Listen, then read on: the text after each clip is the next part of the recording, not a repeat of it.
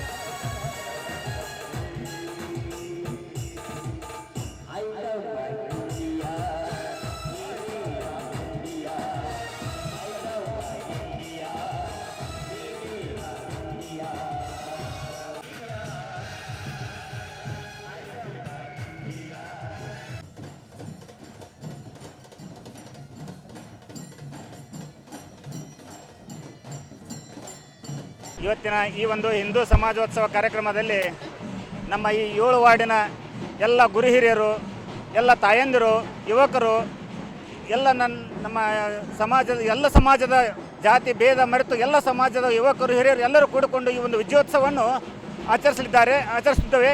ಈ ಒಂದು ವಿಜಯೋತ್ಸವದಲ್ಲಿ ಡೊಳ್ಳು,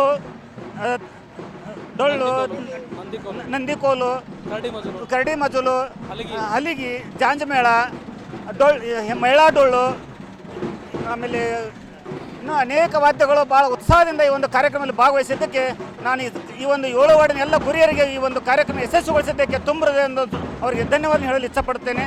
ಈ ಒಂದು ಕಾರ್ಯಕ್ರಮವನ್ನು ಇನ್ನೂ ಅದ್ದೂರಿಯಾಗಿ ಒಂದು ಯಶಸ್ವಿಯಾಗಿ ಮಾಡಲು ಆಗಮಿಸಿದ ಎಲ್ಲರಿಗೂ ನನ್ನ ಇನ್ನೊಮ್ಮೆ ಪುಸ್ತಕಕ್ಕೆ ವಂದನೆಯನ್ನು ಹೇಳಿ ನಾನು ಮುಗಿಸ್ತೇನೆ. ನನ್ನ ಹೆಸರು ಬಸವರಾಜ್ ವೀರಪ್ಪ ಬಿಂಗಿ, ಸಮಿತಿ ಅಧ್ಯಕ್ಷ. ಈ ಸಮಿತಿ ಅಧ್ಯಕ್ಷರು.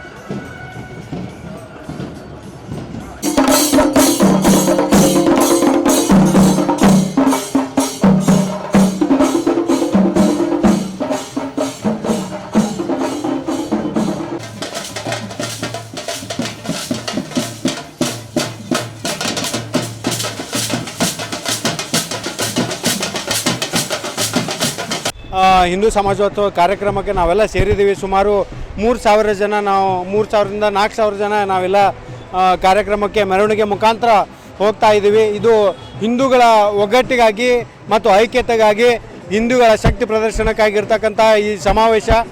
ನಾವು ಭಾಳ ಖುಷಿಯಿಂದ ಇದನ್ನೆಲ್ಲ ನಾವು ಕೈಗೊಳ್ತಾ ಇದ್ದೀವಿ. ಇದರಲ್ಲಿ ಸಾಕಷ್ಟು ವಿಷಯ ಕಲಾ ತಂಡಗಳ ಪ್ರದರ್ಶನ ಇದ್ದಾವೆ. ಹಿಂದೂ ಸಂಸ್ಕೃತಿಯ ವೀರ ಪುರುಷರ ಭಾವಚಿತ್ರಗಳನ್ನು ನಾವೆಲ್ಲ ಹಾಕ್ಕೊಂಡಿದ್ದೀವಿ. ಚಿಕ್ಕ ಮಕ್ಕಳೆಲ್ಲ ವೀರ ಪುರುಷರ ವೇಷಧಾರಿಗಳಾಗಿ ನಮ್ಮ ಮುಂದೆ ಬಂದಿದ್ದಾರೆ. ಭಾಳ ಉತ್ಸಾಹದಿಂದ ಅವರೆಲ್ಲರೂ ಪಾಲ್ಗೊಂಡಿದ್ದಾರೆ ಅಂತ ಹೇಳಕ್ಕೆ ಬಯಸ್ತೀನಿ. ಸುಮಾರು 3,000ರಿಂದ 4,000 ಜನ ನಾವು ಮೆರವಣಿಗೆಯಲ್ಲಿ ಭಾಗವಹಿಸಿದ್ವಿ. ಕಾರ್ಯಕ್ರಮದಲ್ಲಿ ಸುಮಾರು ಒಂದು 5,000 ಜನ ಭಾಗವಹಿಸ್ಬೋದು ಅಂತ ನಿರೀಕ್ಷೆ ಇದೆ.